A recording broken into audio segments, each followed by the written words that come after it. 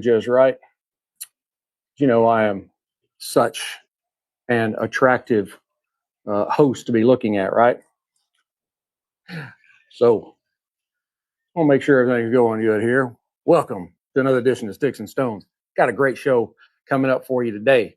I am pairing a Knob Creek smoked maple. We'll learn a little more about that as we go, with Le Aroma De Cuba Pasión. I love this stick. It's a really great stick. Le Aroma De Cuba, they do it up right. I already got myself pulled up over on X. I can see what's happening. I'm on Rumble Live.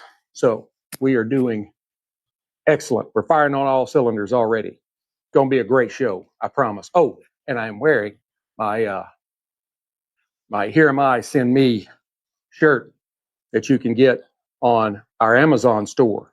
I post a link to it pretty consistently on some of the boards that I'm on there on X, and it's my best-selling shirt. You'll love it. Got the Desert Camo Soldier on it, Isaiah 6:8. And the Lord said, who should we send and who should go for us? And I said, here am I, Lord, send me. You'll love it. Bunch of colors, men's and women's, lots of sizes. Great shirt.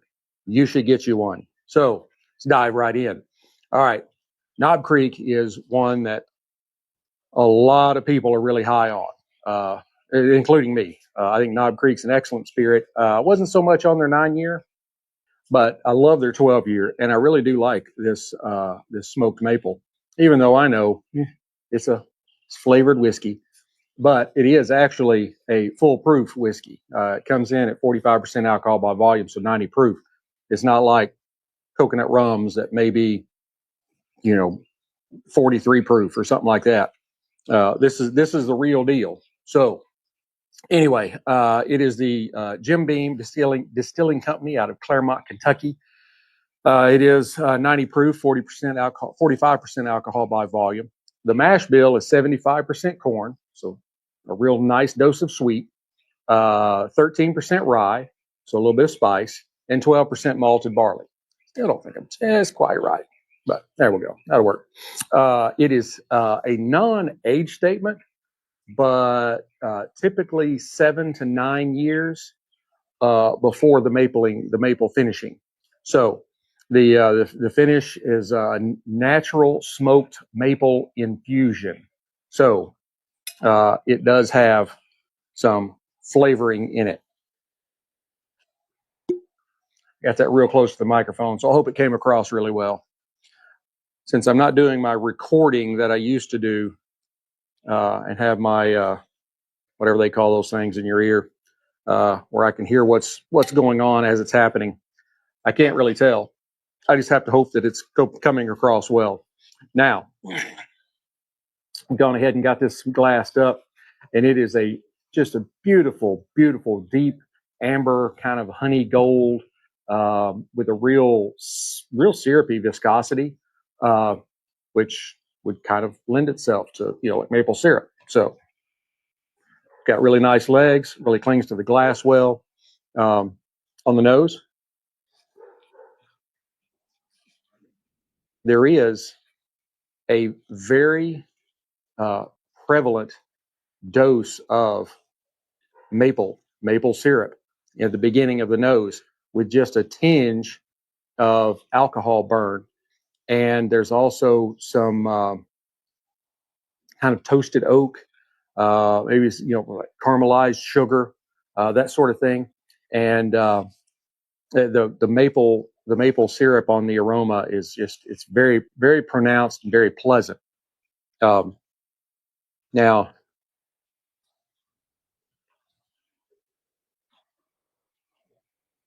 kind of underneath that, you have some very nice notes of vanilla bean, roasted pecans, which I love. My wife, she makes several cookies with pecans in them, and she always toasts the pecans first. So I know this smell and I love it. And then there's also just kind of a faint kind of campfire smoky hint there in the very bottom of all of it, kind of just wafting around a little bit.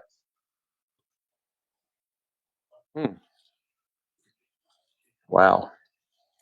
And all of those last things, kind of the vanilla and the roasted pecans, and that kind of a little bit of smokiness that really kind of gives it that earthiness that helps kind of balance out all the sweetness in the beginning. I think it does a really good job of keeping it grounded. I tell you, you're going to want to just sniff on this a while, but we can't just do that. We have to commit. All right, here we go.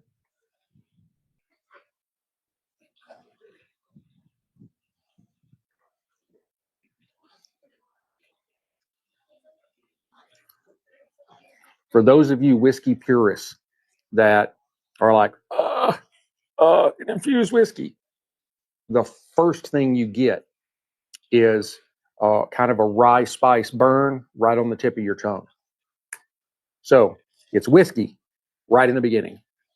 Then as it travels across your tongue, you get this kind of sweet, mapley goodness that kind of coats your tongue, followed almost immediately by some some very nice, and really, some very nice vanilla cream and a little bit of nutmeg and just a hair of barrel char. So it does have a significant amount of sweet on it, but it also has those notes that you're looking for when you're just talking about whiskey.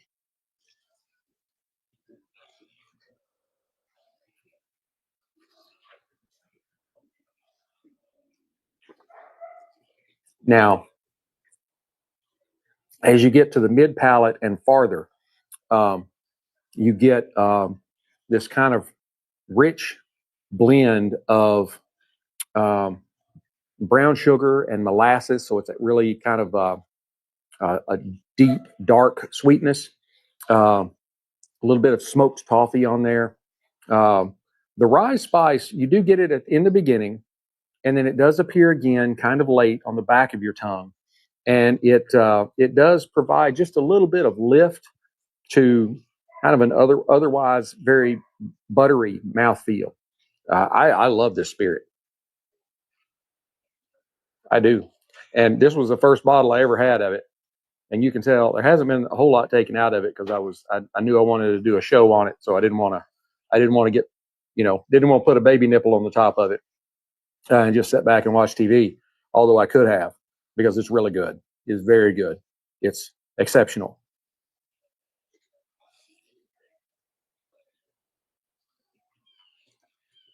Now the finish. Sorry, Sunday watching the Cowboys and the Panthers. You live in Dallas. Cowboys are going to be on every Sunday. I have to kind of warm up to them, because you live in Dallas and they're on TV every single week. All the sports radio stations, that's all they talk about. But I am down with all the other Dallas teams, the Mavs, the Rangers, Stars. But anyway, I just keep saying that Dallas is not going to be good until they get a new general manager.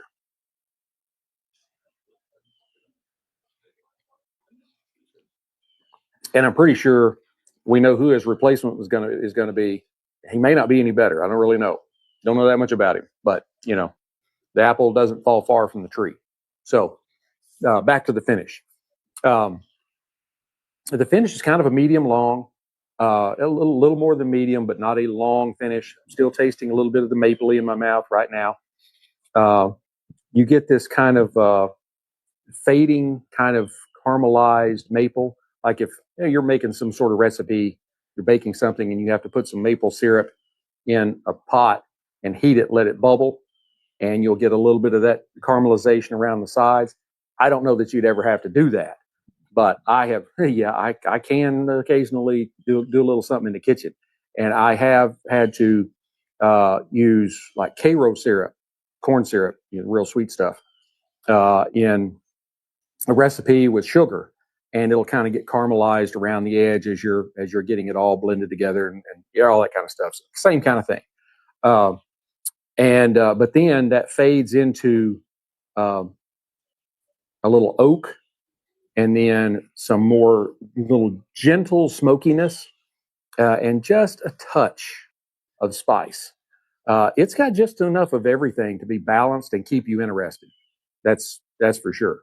Um, and then it has this kind of warming, almost dessert night, just dessert like close that just wants you to take another sip.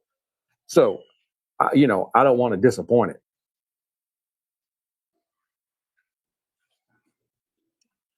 Who am I to disappoint my glass of whiskey? Now, let's move on. Aroma De Cuba, Pasión. I love LADC. It's a whole lot easier than saying all of that. I could just say Laddick. Okay, sounds kind of Scottish then. Laddick. I like the Laddick Passion. But yeah, I really do the Mi Amore, the Noblesse, uh, and the Especial edition of Special. And all their cigars are very good. The Noblesse is probably my favorite. Naturally, it would be the most expensive. I do have fillet tastes on a bologna pocketbook. Um, but the Passion, it is made in Nicaragua at the My Father Cigars factory. My father, not my father, but My Father Cigars. Um, the wrapper is I had to have this here because I couldn't have remembered all of this. A shade grown Nicaraguan from the Namanji Valley or Namanji Valley. Naman I don't know. Nama Nji Namanji. The binder and filler are both Nicaraguan. The filler is a blend. I had to get this down too because there's a lot of it. Estelle, Jalapa, and Namanji, whatever regions. It is a medium to medium full body. This is a Toro 6x60 on the ring gauge. I do believe I have that right. Looks like a 60, maybe a 56. It's close. It's one of those. You can get that close. It's close enough for government work. The appearance, the wrapper is rather shiny. It does have a little bit of textured feel to it, sort of like brown paper bags. Um, it is maybe a little lighter than a milk chocolate, but about that. Um, Minimal veining. And of the veining, there's a little bit of it that is pronounced that you might be able to see depending on how the light shines on it. And I could just pick up there the visible yet tight seams. And it does appear that there could be a little bit of tooth. Um, it kind of has maybe a kind of chestnut kind of maybe sheen to it. Like I said, it's a little bit shiny. Um, it has a really nice double cap, a really big cap on it. You can see I'm pointing to where the cap ends. Sometimes the caps are really just too small, and when you cut them, the whole cap will come off. Uh, not with Pepin Garcia's work. No, he's not having it. The band is just beautiful. This is one thing I do love. I love the band on this cigar. That beautiful kind of light jade kind of green with the floral aspects and the gold. I forgot what they call that. There's some term for it. Anyway, it just gives it this real kind of artisanal kind of look to it. And then, of course, the lovely uh, lady on the front. I need to really do some researching and figure out where she came from. I'm pretty sure there's got to be a story there. Now, on the nose,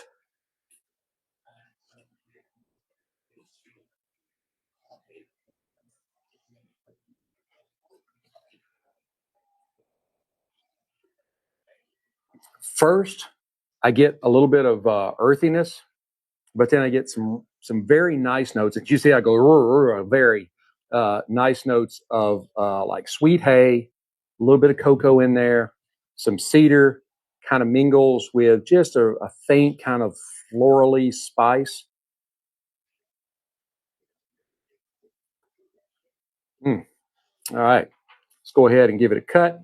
I'm just going to use my Cigar V cutter, my old faithful I've had for so long. It's the one I cut part of one of my fingers off on air one day.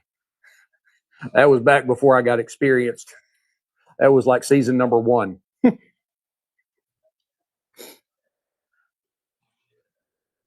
I'll tell you the story after I do the cold draw.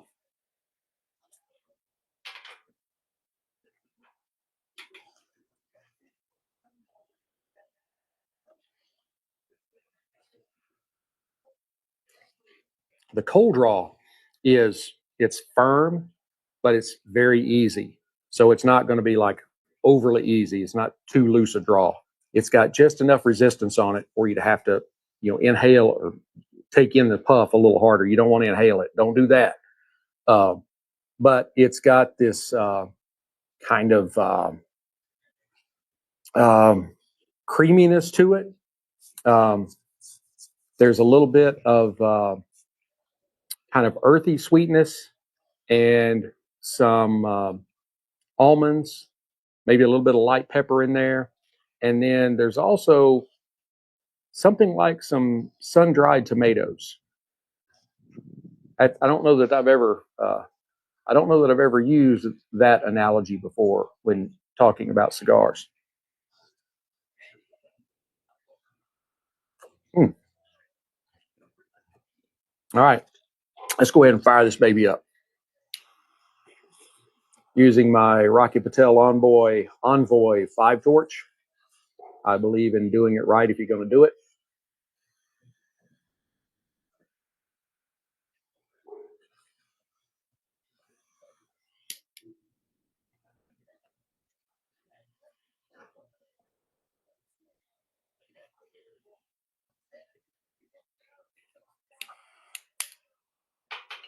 All right.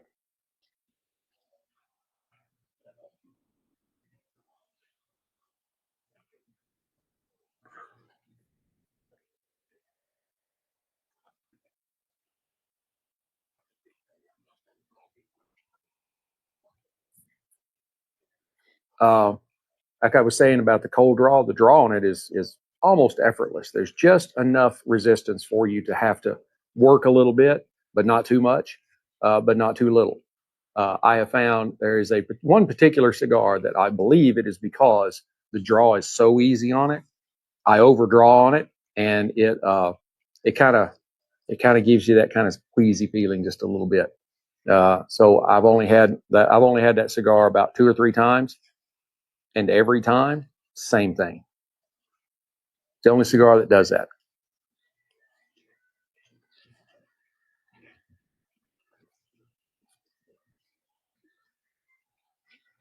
I'm going to touch it with a single torch just a little bit.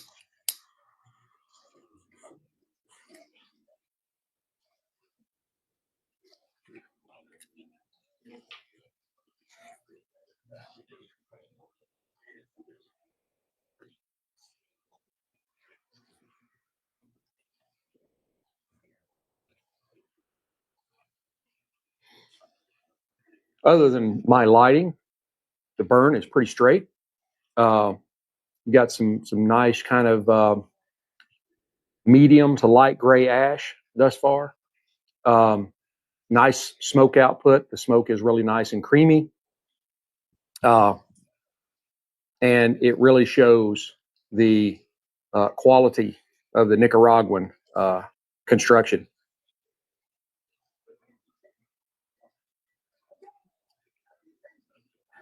Love this commercial.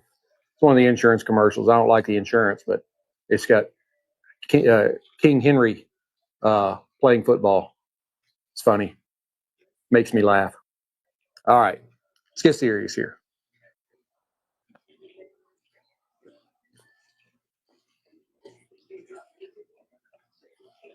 It opens with a very nice kind of creamy cedar with some toasted nuts and a little bit of faint pepper in there. The natural sweetness of the wrapper adds just enough balance and depth into it to really keep you interested.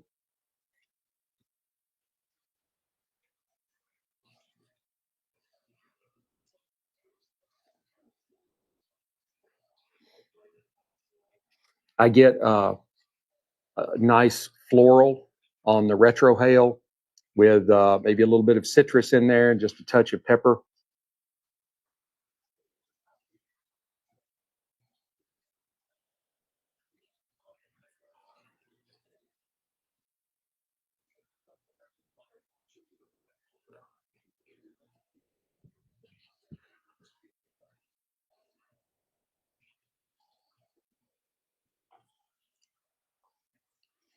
The the bourbon's maple uh, aroma and palate really complements the natural sweetness of the cigar. Um, and side by side, you kind of get something like caramelized nuts, not honey roasted, but it's got that kind of caramelized sugar.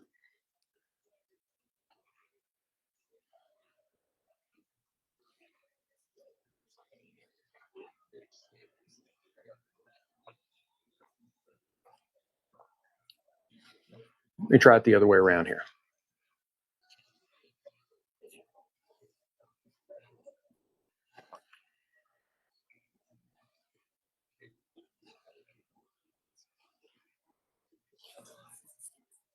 When I reverse it around, sip first, puff second. Um, the maple sweetness on the spirit kind of uh, preps your palate with this kind of silky warmth, and then uh, you get the cedar and nutty notes off of the cigar that are kind of tempered by the syrupy sweetness of the spirit. And the smoke kind of acts as a counterbalance, kind of grounding the maple in earth and spice because you have the rye spice in there in the spirit, and then the kind of peppery spice that's in the cigar.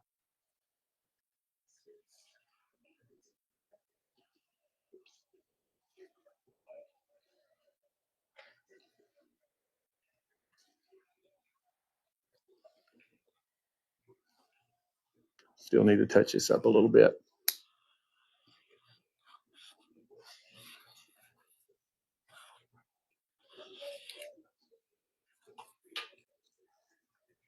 It's not a really good lighter.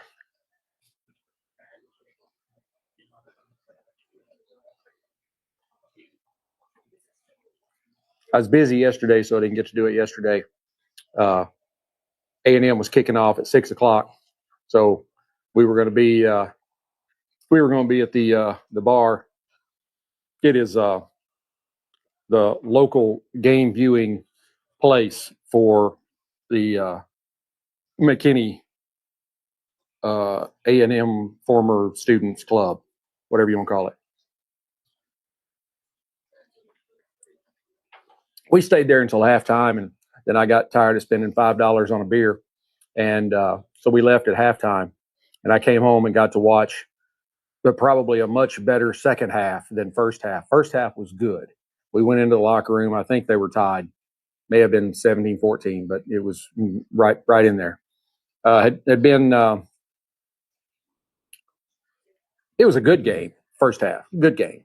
It just it wasn't like a spectacular game. But then the A&M, unlike years past, turned it on in the second half, which their MO has been in prior years. Once you get about halfway through the third quarter, everybody just take a break. And maybe 2 years ago, I saw them blow like a 21-point lead in the fourth quarter. Not yesterday. Oh no, We went in half. It was either 14-14 or 17-14. And at the end of the game, it was 34-17. We gave up one field goal in the second half.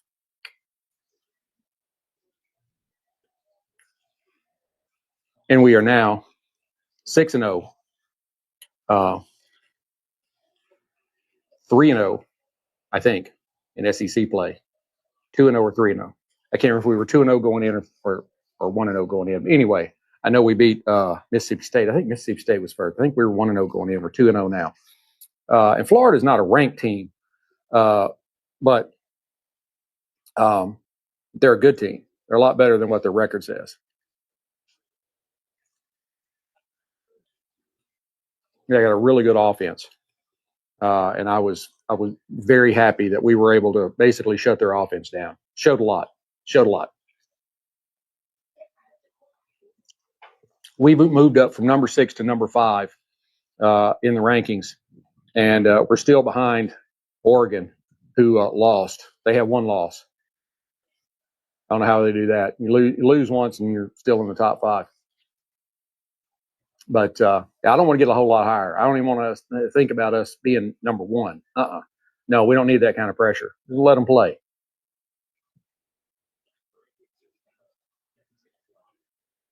That's that kind of stuff that you get up to number 1, and the players go into the locker room thinking, "Hey, we're invincible."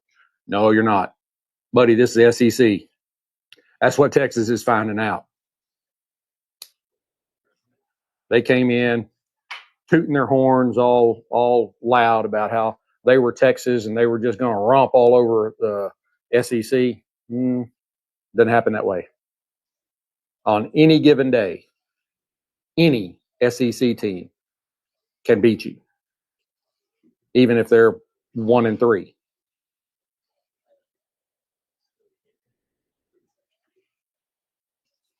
It's just that kind of talent across the board. SEC is tough. I know, Big Ten's tough. Michigan State, all that kind of stuff. But man, top to bottom, SEC is tough. One reason why Memphis has never been able to be in the SEC, and that is because all the SEC teams recruit in Memphis at their high schools. That's where a whole lot of players come from in the South. And so Memphis they were in the I can't remember. It was the basketball conference with St. John and I think, and teams like in the Northeast, and they managed to get into that league. And the league was primarily a basketball league, but they did have football, and they did have.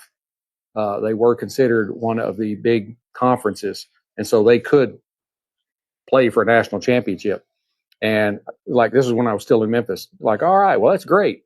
Well, then they ended up splitting the league up.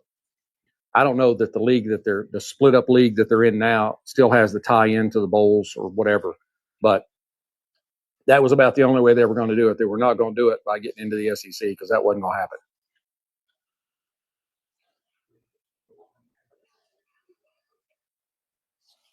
I got to check our injury report. Le'Veon Moss went down in the first half with an ankle injury. He broke his leg and was out all last year. And he's been playing really well this so far in the season. So I hope it's not anything that's going to keep him out like the rest of the year. Yeah, that's a face mask.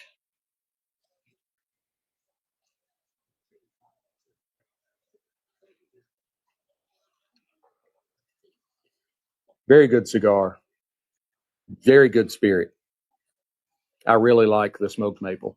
I'm a sweeter kind of guy. I just, used to it was, you had a sweet tooth. I got all of my teeth they're all sweet teeth. So that's why I was way overweight for a big chunk of my life.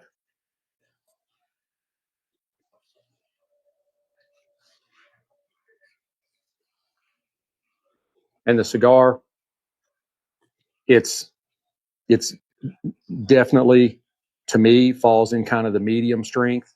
It may kind of titch over a little bit into full, but It's a very approachable cigar, very easy smoking cigar. Got some wonderful notes on it.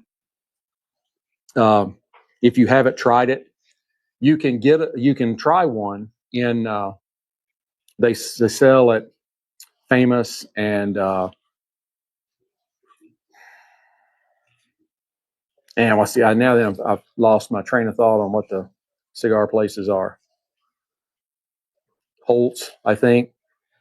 Thompson, that was the other one I was trying to think of. They sell these little 5 cigar fresh packs, and that was what this was from.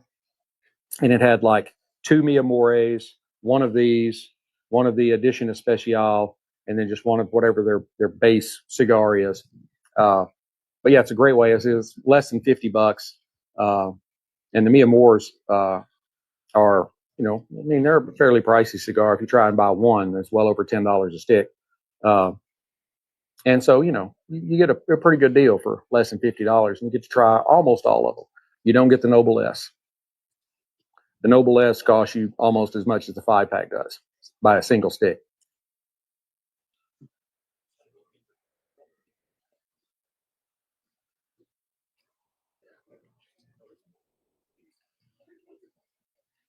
After I straightened out all of my burning issues, my lighting issues, been really nice. A really nice straight burn line to it.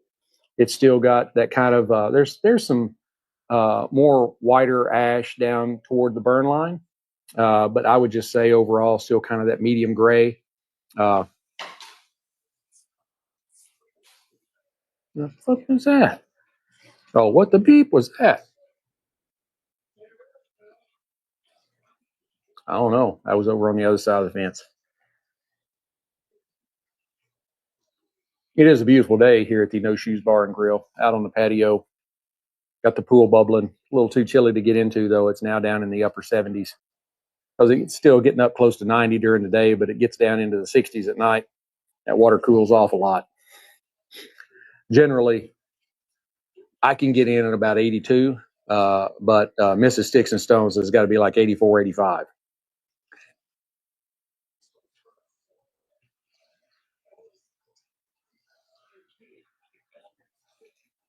They throw a flag on that? It's a great catch. He kind of picked him up and tossed him out of bounds.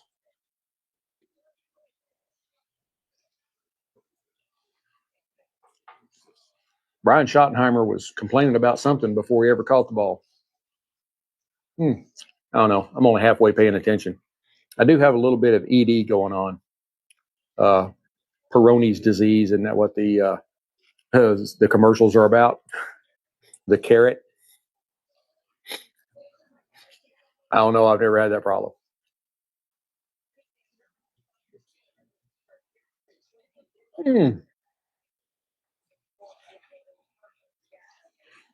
Sam Darnold is playing good this year. If you're a Seahawks fan, he hadn't really been like a great quarterback for his career. He may not even be considered a good quarterback. I don't know, but he's been lighting it up out in Seattle. He just dropped a loaf right into his receiver's breadbasket right at the goal line. Long pass too.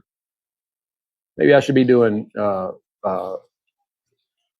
touchdown Cowboys. That was a good pass too. Doing a little bit of the icky shuffle. All right, I'm gonna tap this off because I know that will fall in my lap. No, you're not supposed to, but I've had a whole lot of cigar ash in my lap in my life.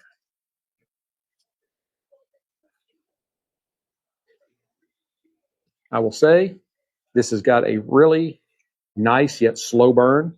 We're not even quite to the halfway point, and we have already been at this a while. Yeah, 35 minutes. And I don't think I talked a whole lot before I jumped right on into it. Sometimes I get a little carried away. But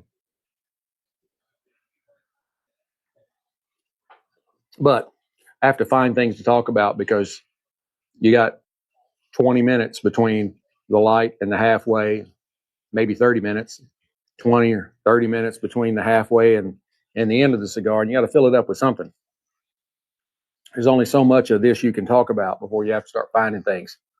One big thing was Friday was a tough day. in the stock market and the crypto markets. Wow. I forgot how many, like 16 billion. I don't understand all the crypto stuff. But anyway, they lost a whole lot. There were a whole lot of longs that were called in or something. Somebody made a whole lot of money. It wasn't me.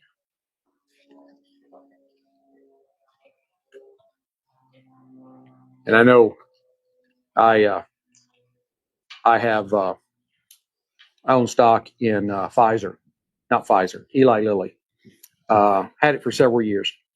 I think I actually bought it back during COVID. I think they were coming. They had, I don't know, one of the COVID Rocco.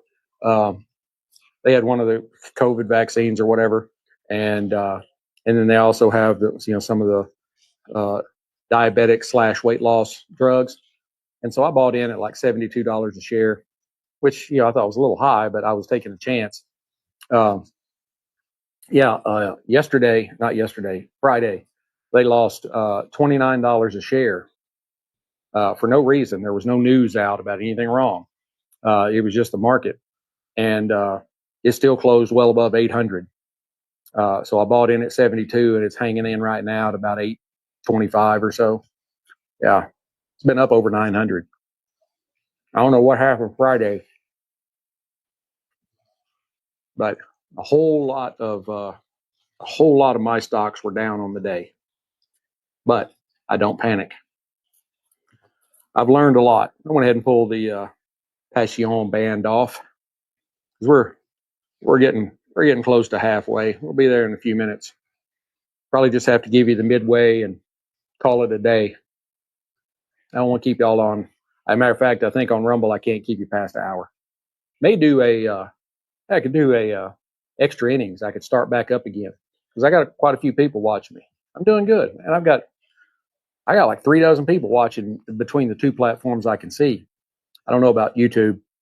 I don't ever get a lot of like live views on YouTube. I'm not big enough yet. So if you're over perusing around YouTube, look up old Sticks-n-Stonez over there and just play a few of the episodes. You don't even have to watch them. Just let them play. Kind of push up my whatever you call it. Gotta have a little more of that. And that is some good stuff right there. And I think it was like, I don't know, $50. It's really good. Really good. I think it would make, and I may have to try this afternoon. I think it'd make an excellent old fashioned. Yeah.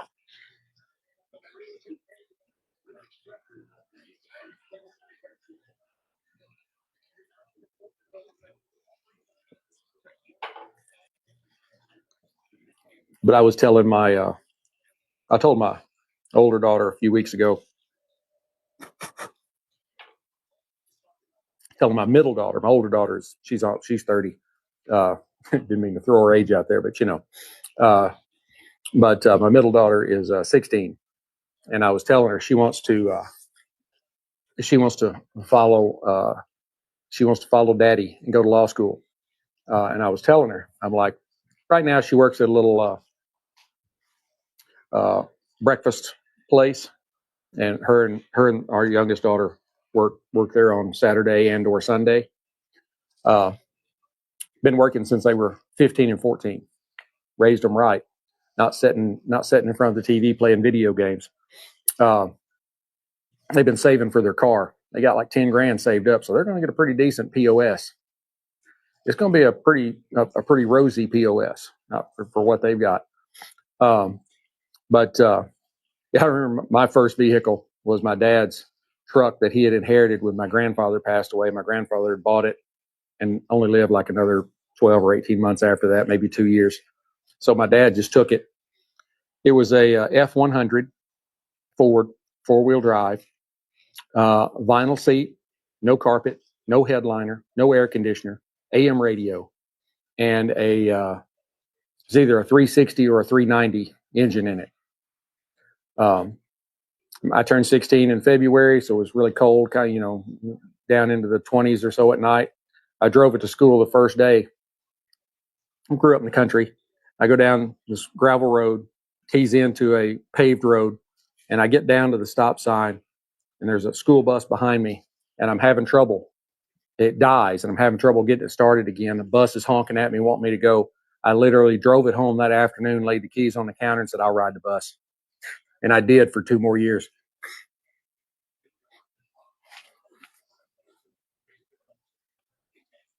Yeah, it was a stick shift. So, and if you know a 4-wheel drive truck stick shift, it's not like the cars. First is like granny low. You can't go more than about 5 miles an hour, and it's wound out. Yeah, it was tough going that first day, and I just didn't care to do it again. That and the fact that kids were making fun of me because it was blaze orange. Dad called it harvest gold. I'm like, no, ain't nothing gold about that color. It's orange.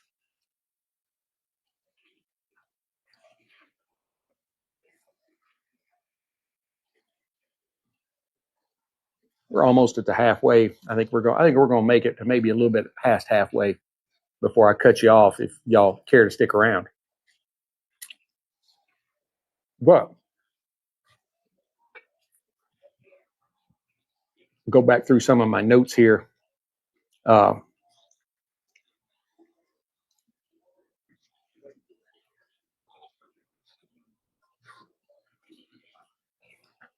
there's somebody talking. It's coming from over the fence. Um, the Knob Creek smoked maple is a flavored whiskey, and it's a non-age statement, but it's aged 7 to 9 years before they introduce the maple flavoring.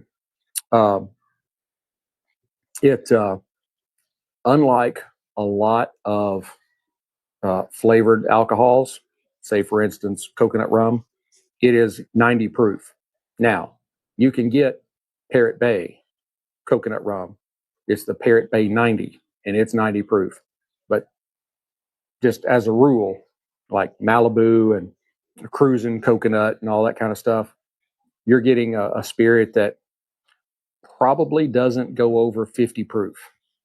Some of them are like 21.5% alcohol by volume, so like 42 proof. I think Crowns like apple and salted caramel and that, they're like 80. But Knob Creek was like, well, we're going to kick it on up just a little bit, and it does a really good job. Uh, it's got this kind of sweet maple that kind of coats your tongue. When you first take the sip, you'll get it's kind of a combination of alcohol and rye spice burn on the front of your tongue. And then as it continues to go across your palate, you get that nice mapley flavor with some vanilla cream and maybe a little bit of nutmeg in there and some oak char. And then as you get at the mid palate and on past, you pick up these this rich blend of excuse me, brown sugar and molasses and maybe a little bit of smoked toffee. And then there's that little bit of rye spice there as you start to get to the backside of your tongue. And it's just got this this very nice buttery mouthfeel to it. I really like it, but I'm a sweet guy. There'll be a lot of, the bourbon purists that'll be like, nah, I'm not drinking any flavored whiskey. I don't know. You try this. You might like it. I've always had a very eclectic taste in almost everything.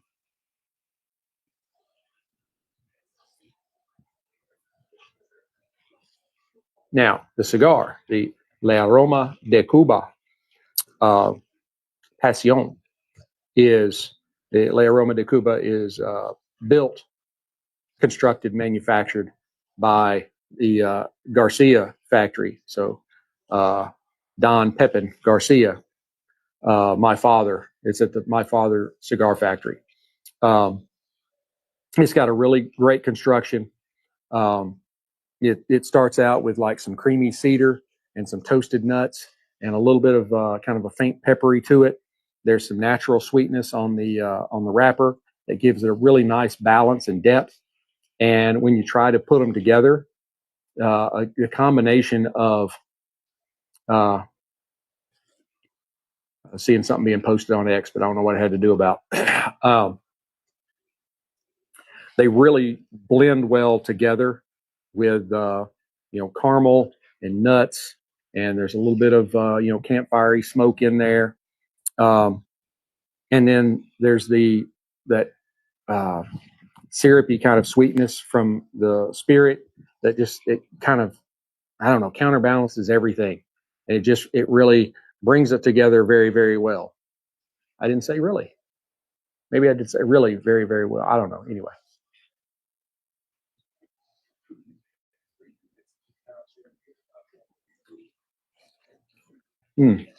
Like they're getting ready to fire off another Starbase rocket or whatever they call it.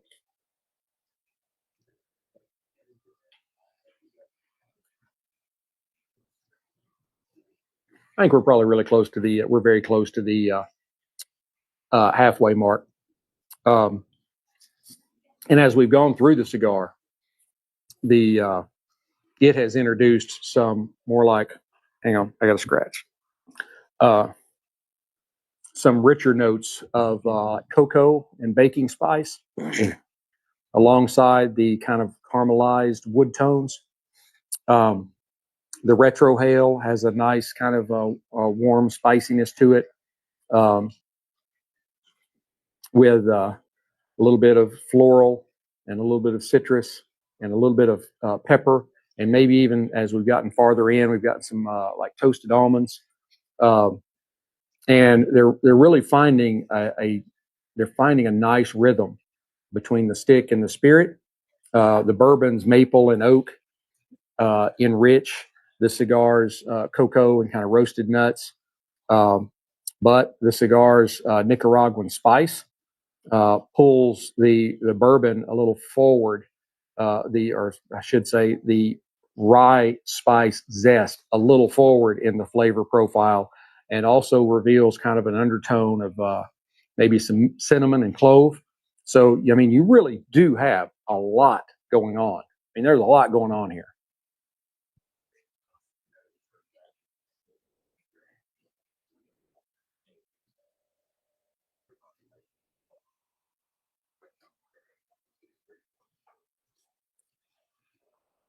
And together they create this wonderful sweet smoke kind of interplay where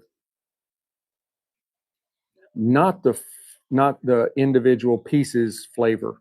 I would really think of it as almost like a pumpkin pie, but at the same time, you've got that kind of campfire toastiness, like a s'more would have, but not the graham cracker, marshmallow, and all that kind of stuff.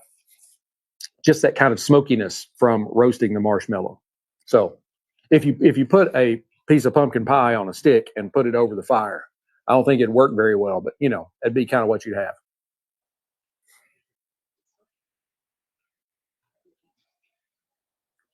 I do my best. So, um, but I am very much enjoying both of these. I really am. Oh, that was terrible.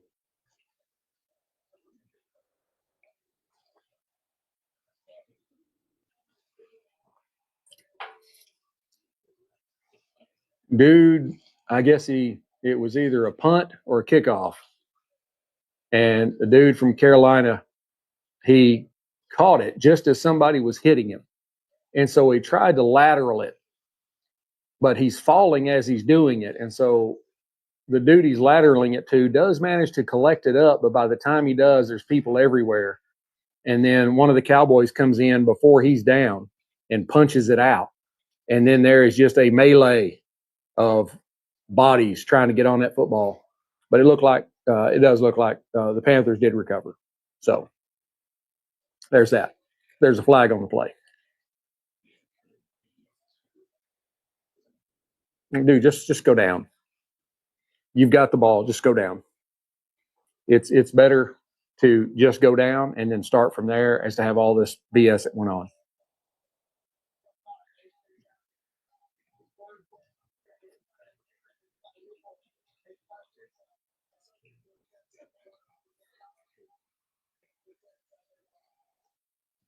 I guess it was Oh shit, I don't know what they were. Anyway, 30 seconds till halftime. And there was a whole bunch of stuff happened right there. And there was a foul. So I was too busy talking to see exactly what happened. I don't guess it was kickoff. I guess it was a pass. And he tried to lateral it to his teammate, and it didn't work. I mean, sometimes I think the referee just needs to come on and just be truthful and be like, the player that caught the ball was a dumbass and tried to throw it to his teammate, and there's just a whole bunch of stuff went wrong, and so we're calling a foul on him. I think there'd be a whole lot more people understand that. Oh, okay, he was a dumbass.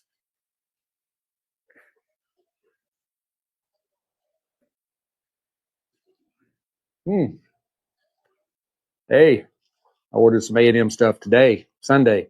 I just got a text saying it's about to ship.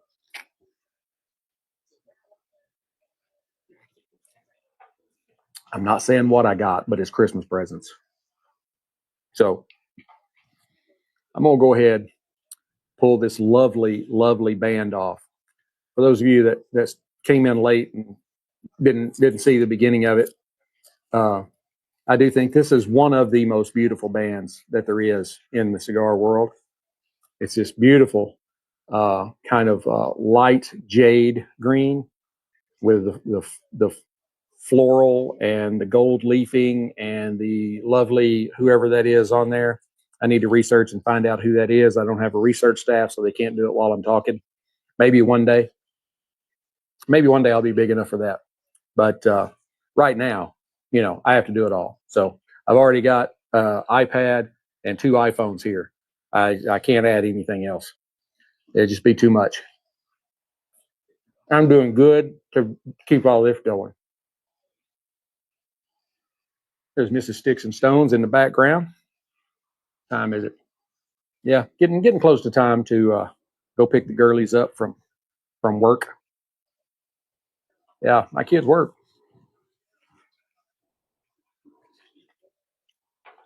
They go to a school where there's not a lot of that.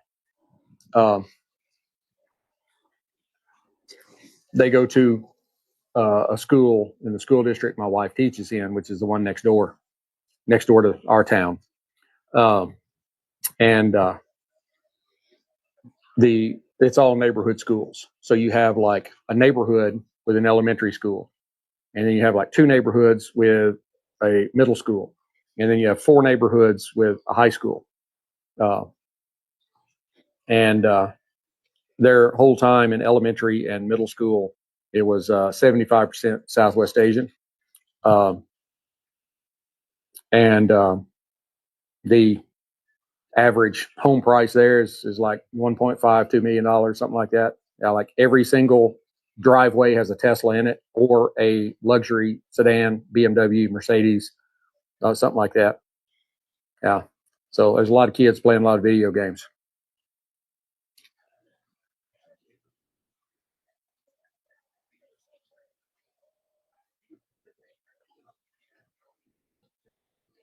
That is a very good cigar.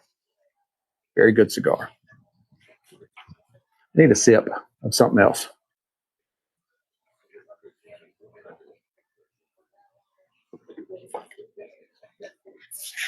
I ate a little something before I came out here because I knew that because I'd already had the smoked maple, and I knew I love it, and I didn't want to be out here slurring my words or nothing like that. It's hard enough to do as it is.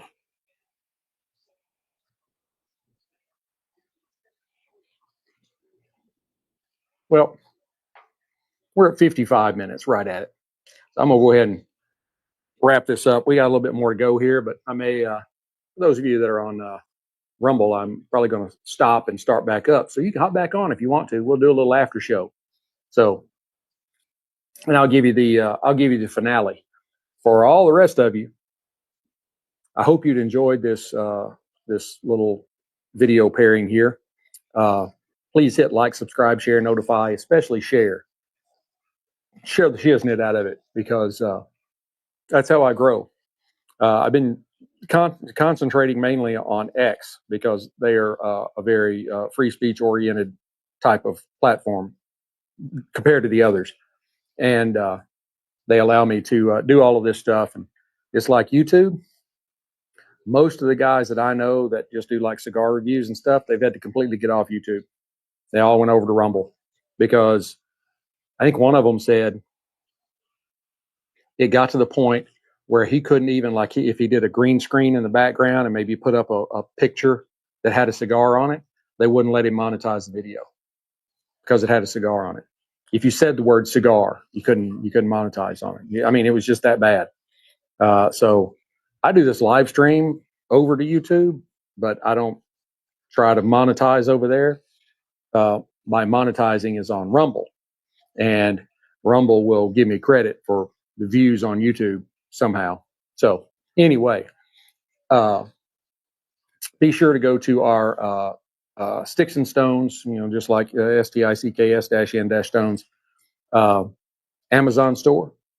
Pick up a Here Am I, Send Me t-shirt. It's got the beautiful full color American flag on it now that says Sticks-n-Stonez. I actually have two. I have one over there that's still the just black and white, doesn't have red and blue.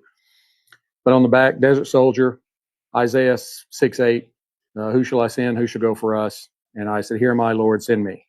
Best-selling shirt. Go get you one. You need one. Everybody needs one. But until we get to be together again, keep your sticks dry. Stones cold. Have a great day.